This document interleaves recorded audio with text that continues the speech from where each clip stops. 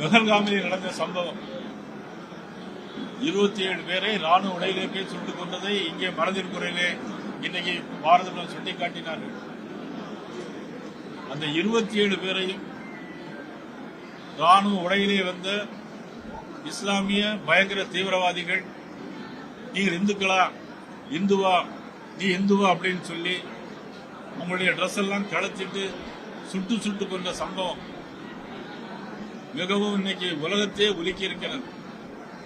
அதற்கு நிச்சயமாக பதிலடி கொடுப்போம் என்கின்ற உறுதியினை நமது பாரத பிரதமர் நரேந்திர மோடி அவர்கள் இன்றைக்கு மனதின் குறையிலே சொல்லியிருக்கிறார்கள். உண்மையிலேயே தமிழ்நாட்டில் உள்ளவர்கள் மட்டுமல்ல, இந்தியாவில் உள்ள அனைவரும் திரும்பி பார்க்க வேண்டும்.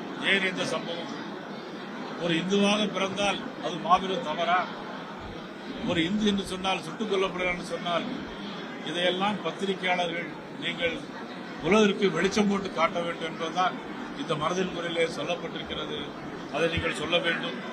அதே நேரத்தில் இன்றைக்கு இஸ்ரோ, உலகமே விஞ்ஞானி, உலக விஞ்ஞானிகள் அனைவரும் எதிர்பார்க்கின்றது நமது இந்தியாவுடைய இஸ்ரோ தான்.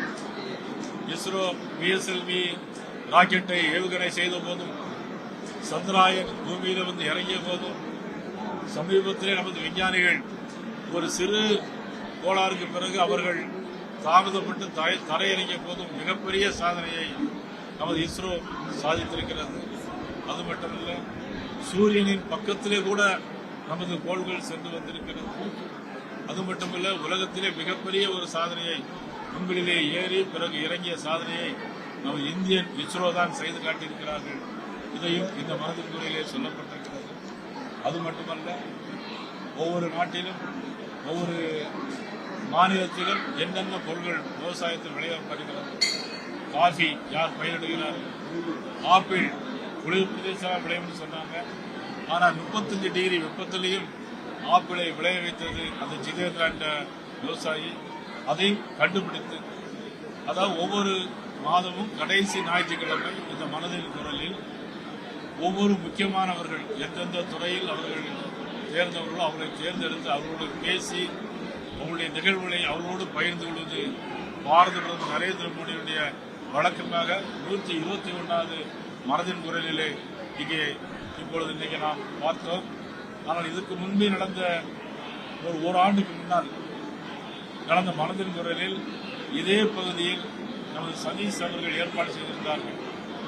அன்றைக்கு இதே கராத்தே தியாகராஜன், கரு நாகராஜன், சாய் சத்யராய், நான் உட்பட திரு அண்ணாமலை அவர்கள் உட்பட எல்லோரும் கலந்து கொண்டோம். ஆனால் அது எந்த விதமான ஒரு அசம்பாவிதம் நடைபெறவில்லை. ஆனால் அன்றைக்கு எங்களுக்கு அனுமதி இருந்தது கடந்த ஆண்டு. ஆனால் இந்த ஆண்டு ஜாயிண்ட் கமிஷனர் விஜயகுமார் அவர்கள் எங்களுக்கு அனுமதி தரல. நாங்கள் பொது இடத்தில் போட்டிருந்தோம், எல்லாருக்கும் அன்னதானம் கொடுப்பதில் ஏற்பாடு பண்ணியிருந்தோம். ஆனால் இன்னைக்கு ஜாயிண்ட் கமிஷனர் விஜயகுமார் அவர் இதெல்லாம் நடத்தக்கூடாது அப்படின்னு சொல்றது, இது துணை முதலமைச்சர் மதிப்புக்குரிய உதயநிதி ஸ்டாலின் அவருடைய தொகுதியாக இருக்கிற காரணத்தினால் செய்யக்கூடாது என்று சொன்னாரா என்று எனக்கு தெரியவில்லை. அல்லது துணை முதலமைச்சர் மட்டுமே அவர் காவல்துறை அதிகாரியாக இருக்காரா என்பது மட்டும் எங்களுக்கு புலப்படவில்லை, என்ன என்று தெரியவில்லை. ஆனால் ஒரு வகையில் எங்களுடைய கண்டனத்தை நாங்கள் பதிவு செய்கிறோம். காவல்துறை தங்களுடைய கடமையை செய்ய வேண்டும். முதலமைச்சர் திரு உதயநிதி ஸ்டாலின் அவர்கள், நீங்கள் அடக்குமுறையில் தயவு செய்து எந்த காரியத்தையும் செயல்படுத்த வேண்டும் என்று தயவு செய்து நினைக்காதீர்கள். மக்கள் மனதில் ஒரு மாற்றம் வளர்ந்திருக்கிறது. இப்படியெல்லாம் தடுத்து நிப்பாட்டிவிட்டால் மக்களுடைய மாற்றம் நிச்சயமாக அது மாறாது என்று மட்டும் தவறாக நினைக்காதீர்கள். ஆட்சி உங்களுக்கு நிரந்தரமானது மட்டுமல்ல என்பதை இந்த நேரத்தில் நான் உங்களுக்கு தெளிவுபடுத்த விரும்புகிறேன். அவர் தான் அனுமதி எழுதி கொடுத்திருக்கிறாங்க. அனுமதி எழுதி கொடுத்து ஒரு வாரம் ஆச்சு, ஒரு பெர்மிஷன் கொடுத்து ஒரு வாரம் ஆச்சு. ஆனால் இன்னைக்கு பொது இடத்துல பண்ணக்கூடாது, மண்டபத்தில் பண்ணுங்க அப்படின்னு ஒரு வகையில் எனக்கு விஜயகுமாருக்கு தேங்க்ஸ் சொல்கிறேன். அங்கெல்லாம் போட்டால் வெயிலில் தான் நாங்கள்லாம் நின்றுட்டு இருக்கோம். இங்கே மண்டபத்தில் இருக்கனால கொஞ்சம் குளிராக இருக்கனால தேங்க்ஸ் டு விஜயகுமார். இது திட்டமிட்டு செய்யப்பட்டதுன்னு பார்க்குறீங்களா? இல்லாட்டி இது எப்படின்னா, பாரதிய ஜனதா கட்சியுடைய வளர்ச்சியை பொறுக்காம ஆளுங்கட்சி தரப்பில் இந்த மாதிரி ஏற்படும். திருமாவளவன் அவர்கள் வந்து எங்களுக்கு வந்து ஏடிஎம்கே டோரையும் க்ளோஸ் பண்ணிட்டோம், விஜய்க்கான டோரையும் க்ளோஸ் பண்ணிட்டோம், கூட்டணி ஆட்சிக்கு வந்து அதிமுக வந்து முன்வருவதை கூட எங்களை அழைத்தார்கள் அப்படின்னு சொல்லியிருக்காரு. எப்படி பாக்குறீங்க?